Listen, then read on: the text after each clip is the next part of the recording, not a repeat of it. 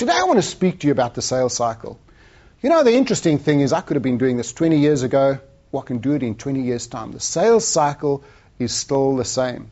It really starts with prospecting. Where and how do you go and find new business? And you know, the great thing about the sales cycle is I believe we are professionals as salespeople. We just need to learn all the skills. So the first skill is, how do we find new business? The second skill is the skill of picking up the phone and telephoning, getting yourself in the right frame of mind, knowing what to say. The third skill is developing rapport. People buy from people they like, they trust, and they've got some rapport with. So how do you develop rapport with somebody? The next thing is the art of asking incredible questions. You know, salespeople don't tell, they ask great questions, and they are incredible listeners. Then it comes to advocating, coming up with the right solution, knowing how to close the sale, and overcoming any objections. Well, let's have a look at a few of those skills there. One of the things is, how do you develop rapport? Now, again, most of my work is done with CEOs. I always like to start at the top. These are the decision makers. And a little secret that I learned many, many years ago is to use past, present, and future. So the minute I go in and see somebody is get them to talk about themselves. And the easiest way is past. When I met the CEO of one of the largest companies, my first question was, how did you get started? Do you think he's proud of that company? Absolutely. Boy, I couldn't keep him quiet for 10 minutes. Well, I started in this little bedroom over here. We expanded. The next question is present. Tell me about your present situation. Well, we've got 100 people working for us. We've got 2 sites. You just keep quiet and listen. And the third question is future. Where do you see yourself in the future? And again, you just keep quiet and you listen. You've got to develop rapport before you even get into the sales cycle. You know, you get some people that are product salespeople. They don't take any time developing rapport. They get in there and straight away they're going into solution advantage benefits. Now that's great, but how can you give someone a solution if you don't even know what the problem is? So you've then got to get into questioning, finding out what is the problem, what keeps them awake at night, what are the problems they're having with their suppliers. And we know the old open and closed questions, but if you know how to use them well, they work incredibly. Closed questions. Most people say closed questions are not good. Closed questions are great to lead people. So I would say to someone, you really want to have the best customer service, don't you? The body language, and they've got to answer yes. So I'm leading them through closed questions.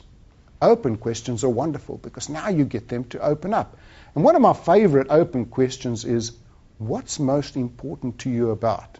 So it doesn't matter what business I'm in. If I'm selling financial services, what's most important to you about finding the right financial advisor? What's most important to you about getting the right financial advice? And you just let them start talking. As soon as they stop, you just add what else? And they start talking all over again. You know, 90% of the sale is asking the right questions and knowing how to keep quiet and listen. Many, many years ago, I found an incredible thing called priority questioning, and I've used it all my life. Once I've been to see someone, I've asked a lot of questions, and they've got all kinds of priorities. But my first thing I would say to them is, what is your number one priority in looking for, if I was a chemical supplier, what's your number one priority in looking for a chemical supplier? Now they might say service, getting delivery on time. Next thing I would say, why is that so important to you? Well, if we don't get the right kind of service, if we don't get stuff on time, we can't put the chemicals together. And you just sit, answer, listen to them. The third question is, what would happen if you didn't get the right supplier? What happens if you get it wrong? Now they're giving you all of the emotional reasons of finding the wrong supplier. Now it's easy to come back and say, this is what I can do for you. I know what their main priority is. I know what their biggest fear is. And I can come back and answer their questions. We've also got to know how to close the sale. Tom Hopkins, world's greatest sales trainer. Many years ago, I went on one of his sales boot camps in Arizona. Well, the first day was such basic sales stuff. I sat there and I was, I know all this stuff. That night we got given homework. Well, of course I didn't do the homework because I know all this stuff. Next morning, test. 80% is the pass mark, 62% failure. Tom Hopkins stood up front of 1,000 people. How many of you have failed? Half the room have got their hands up. Get a refund and get out of here.